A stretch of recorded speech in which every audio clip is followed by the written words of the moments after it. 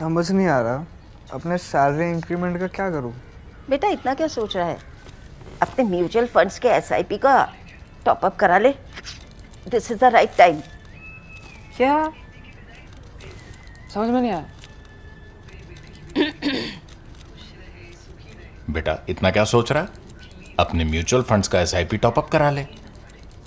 This is the right time. अब समझा।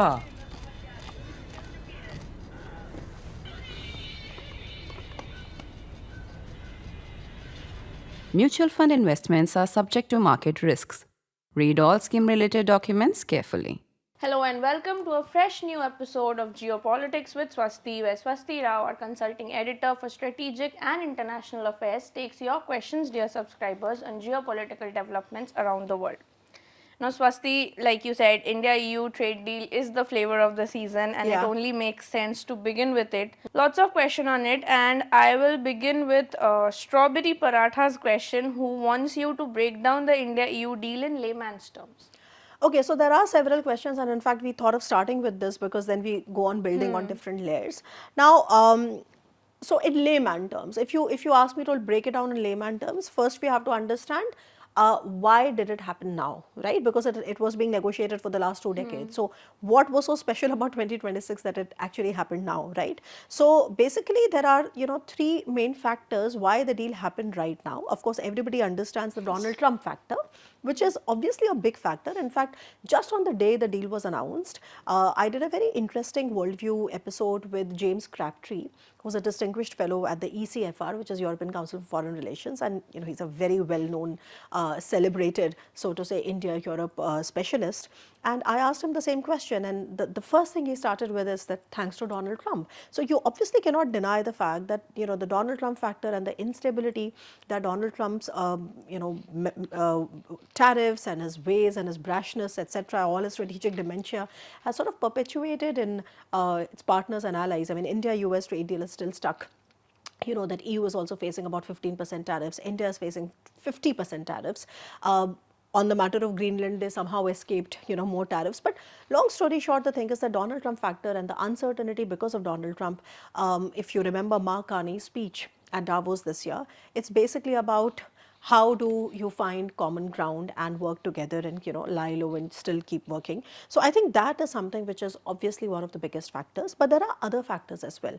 Now, while Donald Trump is the most important one, it doesn't mean that's the only factor. India and EU are natural partners.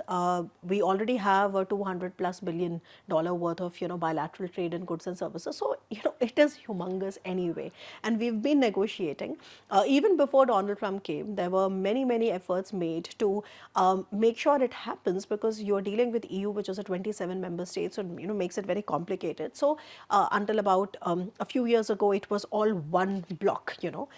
Then everybody realized that it's better to break it down into 3, so that there is a different FTA in goods and services, then there's a bilateral investment treaty, and then there is a separate treaty on geographic indicators. So breaking them down into 3, simplifying them, etc. So that need to diversify, that need to sort of build more resilient production and supply chains, that is also a very important factor that you cannot overlook. It was already there even without Donald Trump, that was there. And third is that there is a lot of push for trade diversion, which means that when Chinese products are now getting diverted to other markets because US has closed their doors on them. I'm not talking about magnets and all that. I'm talking about generally, because there is a trade war going on between US and China as well. So if when the US closes its doors on Chinese products, you will see a lot of dumping happening. So there are a lot of countries who are also getting into these timely trade relationships in order to be able to avoid that dumping, so that they don't become that vulnerable to Chinese overcapacity. So in that sense, this is also a way to respond to Chinese overcapacity, which is obviously a one big problem. So this is about why it happened now. These are 2 or 3 major factors. As far as the structure of the deal per se is concerned, now, of course, there are some benefits for the EU and there are some benefits for India. Now, for the EU, what India has done is that India has removed or reduced tariffs from about 96.6% of goods that are coming inside India. And out there, you will see 2 or 3, major winners. So, for example, automobiles. Okay, now you will see that European cars are going to become cheaper in India. Okay, in fact, they are being touted as the big winners because Volkswagen, BMW, Mercedes, Renault, all these tariffs will on these vehicles will go down from 110 to about 10%. You know, so that is the range. Similarly. You will see that wine will become cheaper. Then machinery is going to also become cheaper. Just as there are benefits for the EU, there are also benefits for India, where you see that the European Union market is also opening up for us. Now, about 99.5% of goods that were exported from India will see a tariff reduction. So that is also something interesting. If you look at the list, you will see that EU tariffs on Indian marine products such as shrimp, leather goods, textiles, handicrafts, gems and jewelry, plastic and toys will be eliminated. Now, if you carefully see between the lines, these are all areas that are basically labor intensive sectors. So you will see at a time when there is pressure on the labor intensive sectors of Indian economy due to this trade deal which is not going through with the US, this kind of access will be beneficial for us, right? Now, that's the good part. But at the same time, many are criticizing this deal for leaving out certain very fundamental, convergences. Now, for example, there is no standard on labor. From the EU perspective, there are a lot of criticisms happening in Europe saying that, Europe wanted to give India an attractive deal because they were very desperate to sign on it. Otherwise, it's very rare for Europe to go ahead with the deal without really discussing the labor standards. But you don't really see that anywhere because that is a sticking point, for us. Secondly, also on CBAM. Now, while CBAM is there, because CBAM is an EU law, CBAM means Carbon Border Adjustment Mechanism, but it was always a sticking point for India. In fact, there was a lot of disinformation and misinformation in India about the CBAM because, for example, the short and medium enterprises in India like steel and aluminium and these kind of exporters said that if we start paying a carbon border adjustment tax, okay, what is going to be left of our earnings? And then there were also domestic hurdles because, even domestically in India, we have come out with the CCTS, the carbon credit trading scheme, where we are also levying a tax, the government is levying a tax. So this entire fear about what happens because of double taxation, how beneficial will it be, how many short and medium enterprises can really sustain something like this, because see, the big corporates are ready for such things, but it's about the SMEs, that get hit hardest. Now, quickly, while CBAM is there, because CBAM is an EU law, so regardless of which party or which country the European Union gets into a trading relationship with, whether it's the US, India, Mercosur bloc, Japan, whatever, and even if there is no FTA, even for regular trade, CBAM is going to apply.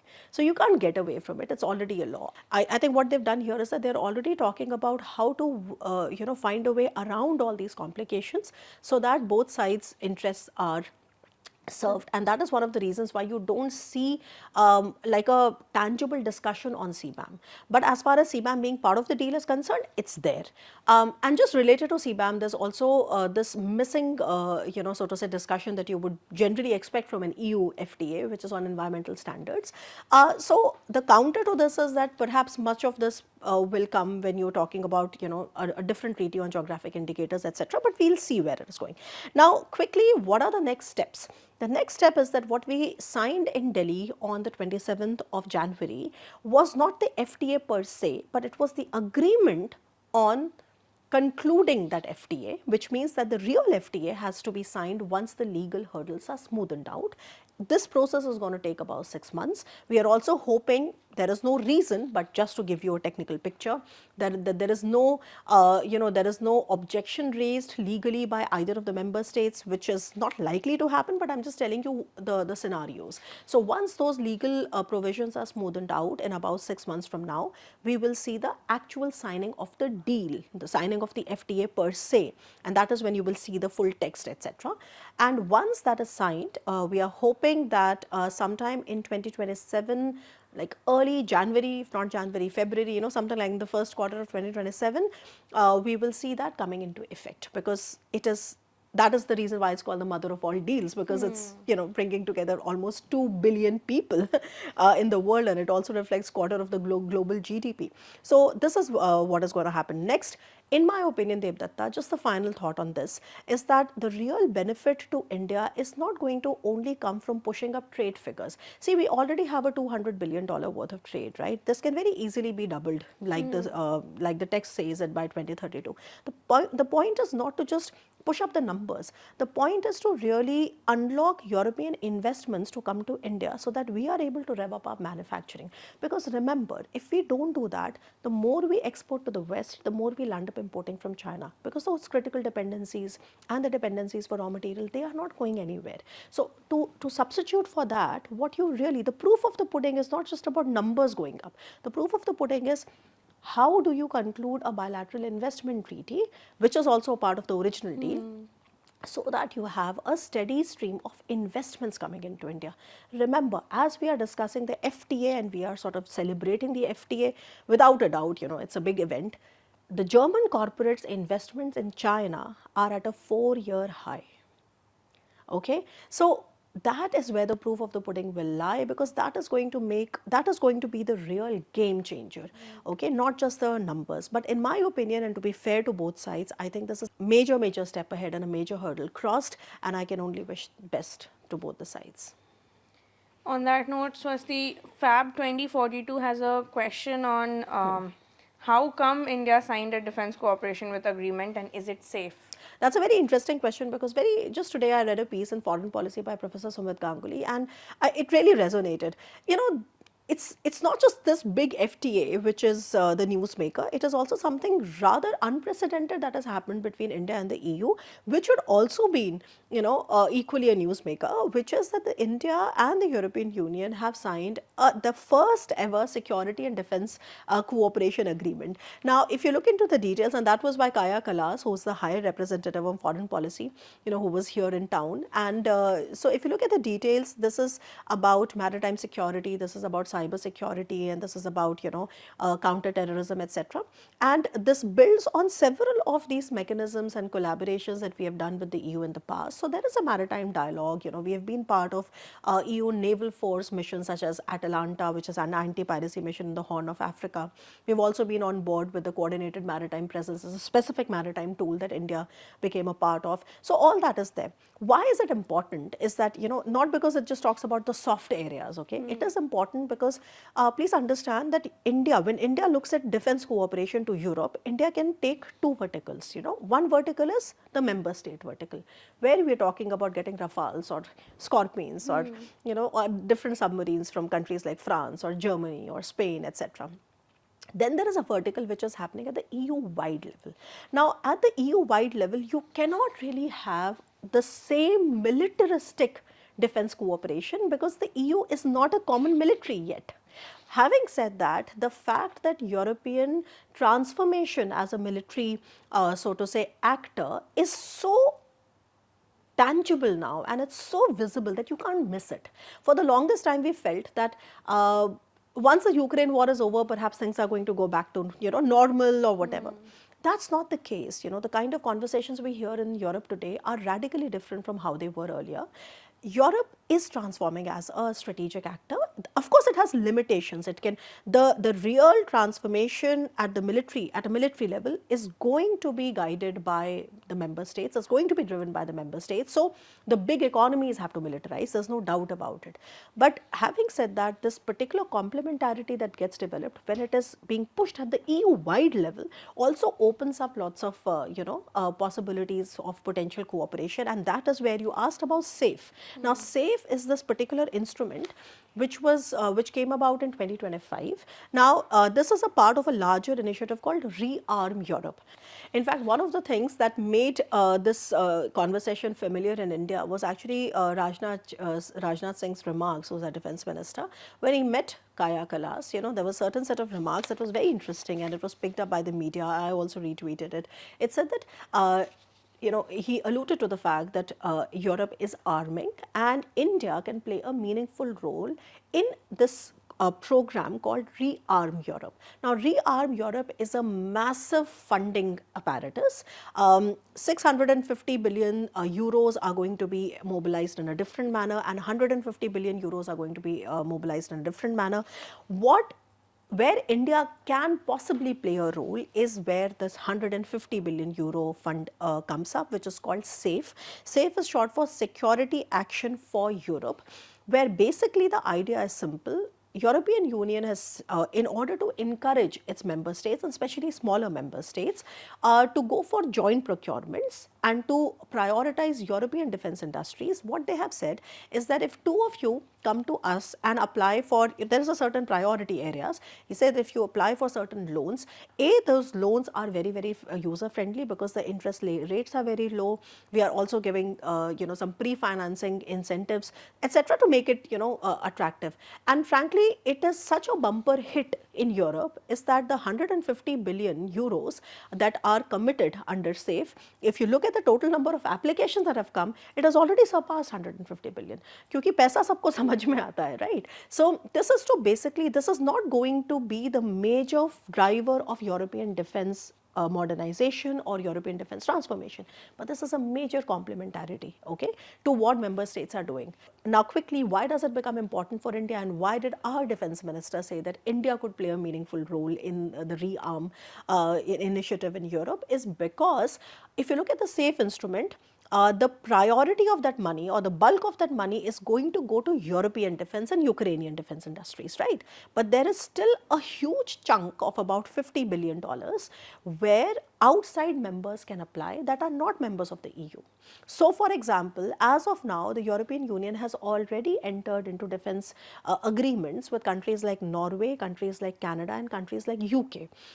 Now, so far, you'll say that this is still the transatlantic, space. So, where does India fit in? Now, India fits in, or India, it becomes relevant to India, is because South Korea from Indo-Pacific region has already signed up for SAFE for this instrument, and that brings us to this, conversation that if South Korea can play a role, and if India already has a thriving defense industry cooperation with specific member states, why can't India also be a beneficiary at the EU-wide level, right? So that is a conversation, that is the real big deal. It is not a part of the defense cooperation agreement that we have signed right now, which is more to do with maritime space and MDA, which is maritime domain awareness and critical infrastructure protection, those kind of areas.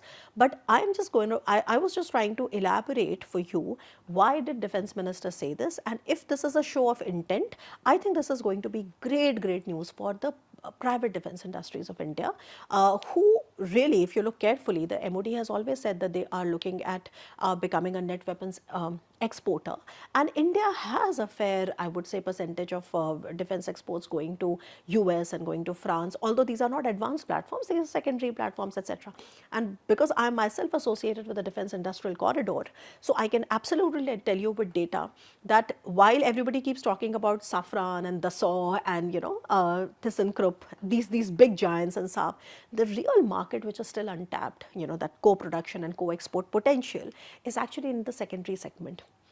Where you can create some parts, some nuts, some screwdrivers, etc. But basically what it is, it is going to sort of encourage joint, so to say, jointness, bonhomie, getting to know each other, building of trust. So I was personally very optimistic about Rajnath ji's remark, but it's not a part of this particular defense cooperation yet.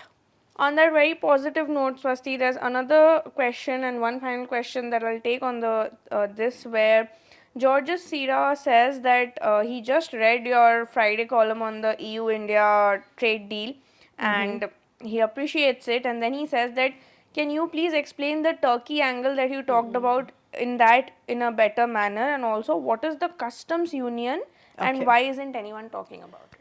No, I mean, it's not that nobody's talking about it. I am talking about it. It was also a part of this one conference that I mentioned in my column, which was co-hosted between CSDR, which is an Indian think tank, and University of Oxford, which was on Europe and India, and it happened on that very day that this FTA was signed, okay, this deal was signed. So people are talking about it, but I think so far it's more sort of been relegated to the very niche experts domain, and it has not really come out in the open domain so much. But I think there were some news articles on what the Indian officials had to say about Turkey being a part. So thanks for reading the column, and I'll just help you understand this better and in lay terms and simpler terms. Now, where does Turkey enter this question and this discussion is that while we signed the mother of all deals with the EU, but there is a troublesome cousin that finds way into this conversation, and that's Turkey. How? Because in the EU, of course, the EU is a single market. Okay, so in that sense, the EU, all 27 member states of the EU, are members of the customs union. So they have single, the customs, the tariffs. What applies to one applies to the entire, market. That's one. So it is only logical that all the member states are going to be members of the customs union too. But there is also a special mechanism where 3 non-EU states are also members to EU Customs Union. And these 3 non-EU states are Turkey, San Marino and Andorra. Now, while San Marino and Andorra are not really in the picture because we don't have much to discuss, anything there, but Turkey becomes interesting because if Turkey has been in India, I mean in the news, especially from our perspective, for all the wrong reasons. They've been supporting Pakistan, they internationalize the Kashmir issue. Of course, there is a very clear anti-India rhetoric which Erdogan keeps pushing, and as Erdogan wants to project himself as the leader of the Muslim world, blah blah. So, and we also saw the extent to which Turkey went to also support Pakistan. So it was not just China. I think much work has happened on Turkey. I myself have written so much on Turkey and Turkey's role, the defense industry synergy Turkey has with Pakistan. So basically when we discuss Turkey, it's basically to do with those things. Now, for a change, and because of the EU-India FTA, we are now talking about the trade aspect. Why? Because Turkey has a customs union with the EU. As far as customs union per se is concerned, I just told you, it came into effect in 1968, which predates EU. At that time, there used to be the European Steel and Coal Community. EU did not come into being then. The EU, as the way it exists today, came into being only after the end of the Cold War. Okay, so in that sense, the EU, the European Steel and Coal Community is the precursor, to the EU. But what I'm saying is that the customs union came into effect in 1968 because they realized the benefits of a common, market. Now, Turkey became a member of this EU's customs union. I mean, Turkey had its own customs union with the EU in January 1996. Why? Because at that time, if you remember, Turkey had an aspiration to join the Western Bloc. So in security, it was a member of NATO, and for economy and trade, it wanted to become a member of the EU. Turkey always had problems becoming a member of the EU because Turkey is not a mature democracy like the European, countries. So they always had problems with respect to, transparency, corruption, human rights, blah blah, and that has only gotten worse under Erdogan. So what the customs union arrangement was a stopgap arrangement or a transition, okay, to basically, try and keep Turkey on the path of accession, because for EU accession, you have to make several changes in your constitution, you have to make several changes in your rule of law, etc., in order to qualify to become, a member of the EU. So a customs union was set up where Turkey was getting some benefits, but not all benefits, and that arrangement started in 1996. 3 decades later, we are at a situation where Turkey is still not a member of the EU. In fact, Erdogan ने कह दिया जब अंगूर इतने खट्टे हैं तो अब उसके पीछे पड़ो ही मत, हमें चाहिए ही नहीं, So Erdogan has said we are no longer interested in you, we are a part of NATO, but at the same time, now this is the difference between rhetoric and reality. As far as the customs union is concerned, customs union stays, and even though the accession talks have been legally frozen after 2018, so it's been, now we are in 2026. The accession talks are frozen since 2018. The custom union arrangement stays. The question to ask is, if you are not getting any benefits out of it, then why are you there? And that is where you need to understand that the customs union has been very beneficial for the Turkish economy.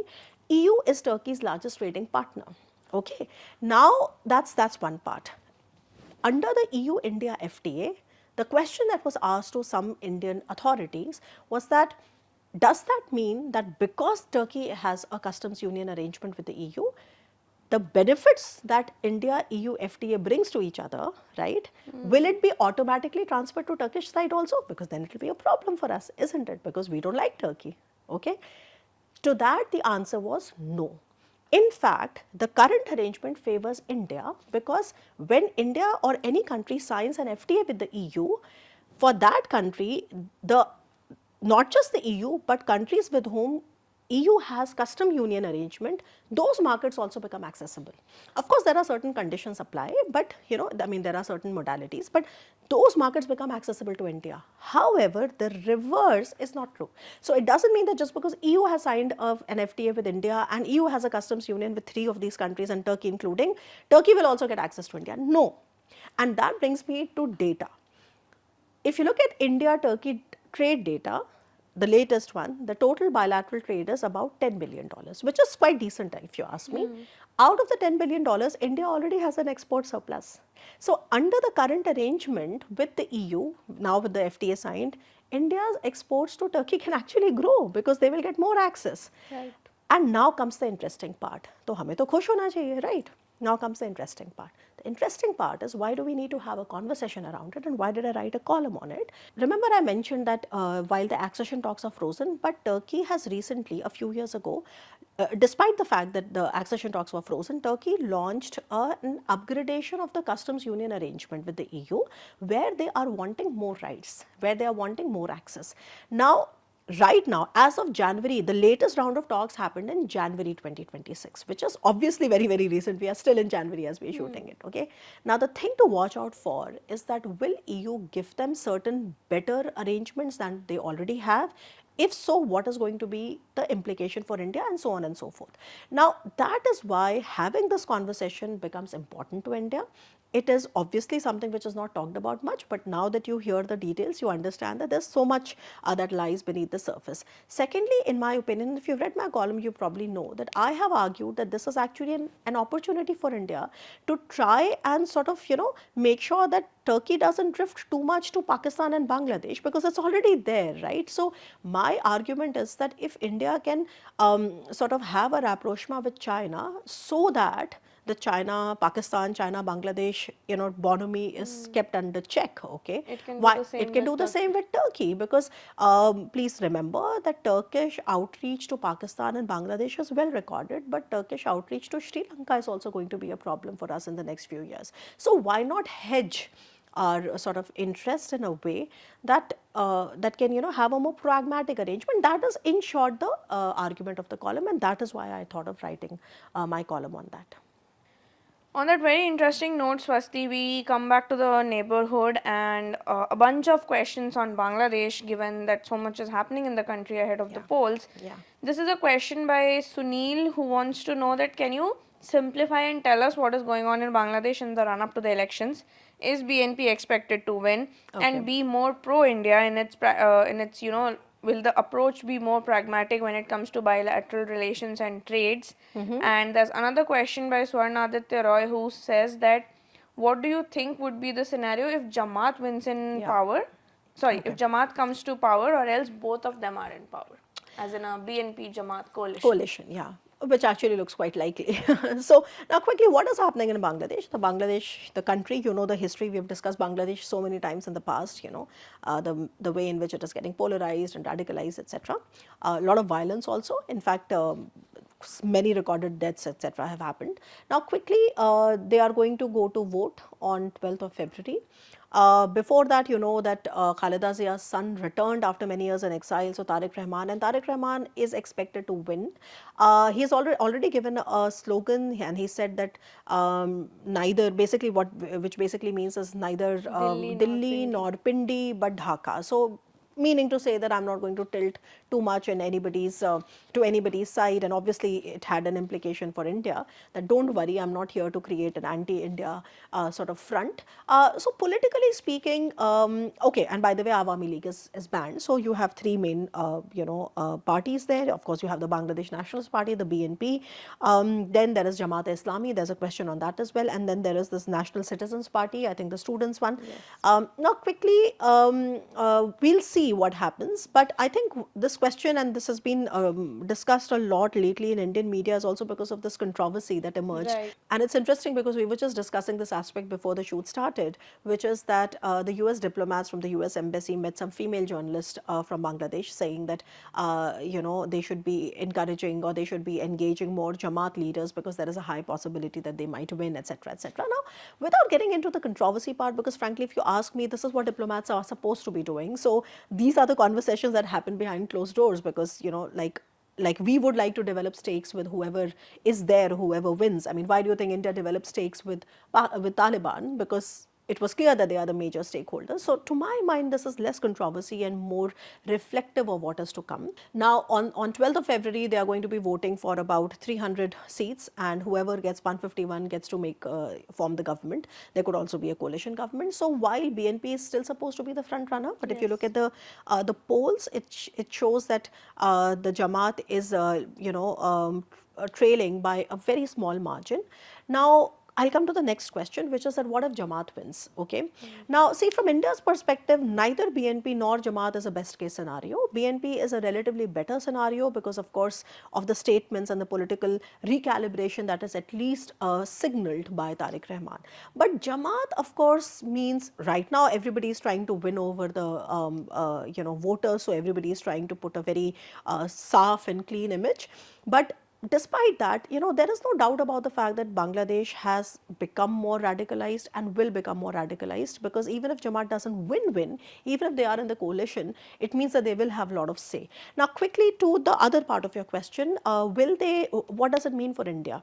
Now, from India's perspective, well, you know that the recent the event that we had with Sheikh Hasina in Delhi was criticized, severely criticized by Bangladeshis. So having Sheikh Hasina here is going to be a sticking point. Doesn't mean India is going to return her, but it's going to be a sticking point. Second, I think the trade part will see some upward movement. It was already there. In fact, in one of the GPS episodes, we discussed how the exports, etc., I mean, despite all the problems, I mean, they have continued. So we have a 4,000 kilometer border with Bangladesh, and I think we will need to manage it without a doubt, and trade obviously being one of the major things.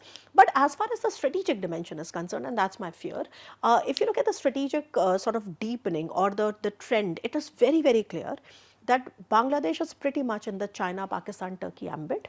From China, I mean, I can give you an entire list of how China has become the #1 defense supplier to Bangladesh, and Turkey has become the #2 supplier to Bangladesh. And Pakistan, though it is not supplying anything to Bangladesh directly, apart from sort of fueling the, the Muslim sort of brotherhood and those kind of feelings, but what Pakistan can do is that Pakistan can capitalize on its own defense synergies with China and with Turkey, and they will eventually manifest. So think of something like a co-production happening, right, where Pakistan is a part and that eventually goes to Bangladesh. So for now, whether you look at the J-10Cs that Bangladesh has ordered, the reports say that they are in the final stages, so we don't know. But anyway, the J-10Cs is $2.2 billion deal. Similarly, the Bayraktar drones from Turkey, they are also specialized, just as we have like the defense industrial corridors in India. Bangladesh and Turkey have already announced their own specialized defense zones. Okay, so similarly, I mean, the list is pretty long. In fact, if you were to go through my explainers columns and other episodes, I have like really gotten into the nitty-gritty of what really is the defense synergy. So of course, from China we know, from Turkey, like I mentioned, the defense industrial zones they are creating. But apart from that, drones and howitzers and armored vehicles, as well as air defense systems, all of these things are coming from Turkey. So that is something which India has to be careful about, because not everything is an overt military alliance.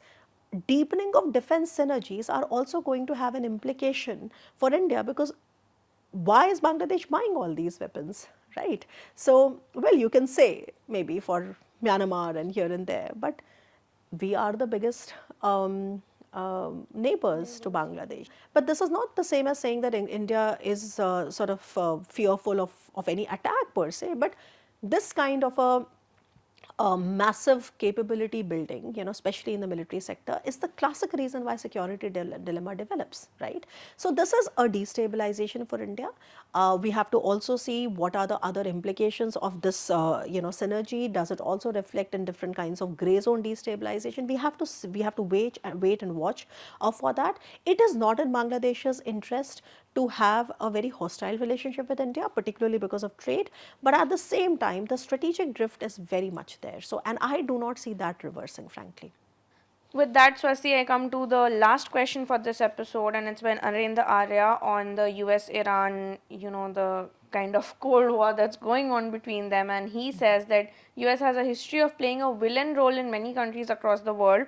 The Shah of Iran was also imposed by US. Now the US is actively involved in the movement to overthrow the Iranian regime and obviously bring someone of their choice. Will this change be good for the Iranian public if there is a new regime, or will Iran be pushed into a chaotic country with a shattered economy? Now, Iranian economy is already in Shatters. tatters. In fact, if I can't really find a more intense word than tatters, it's, I mean, the value of Iranian real is completely, it's gone. I mean, I can't even tell you how low it is.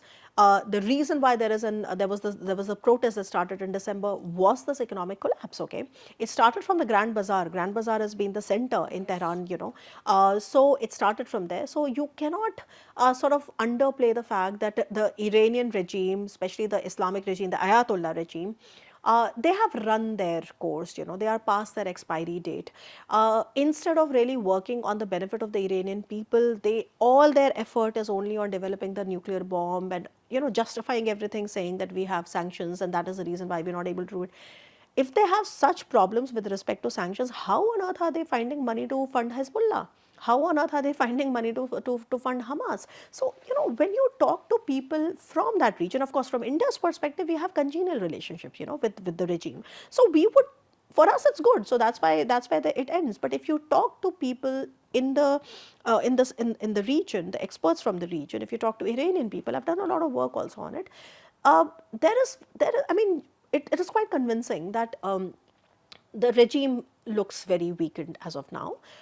Does it mean that there will be a regime change, or US can really do a regime change? Well, what I can see is that there is a lot of military deployment and naval deployments around that region. And in fact, yesterday there was news that the Abraham Lincoln aircraft carrier got its transponders off, which means that once you switch off the transponders, that they cannot be sort of tracked by the surveillance systems, which means that just before, it's like a stealth mechanism, right? I mean, you switch off your transponders so that your adversary doesn't know where the threat is coming from.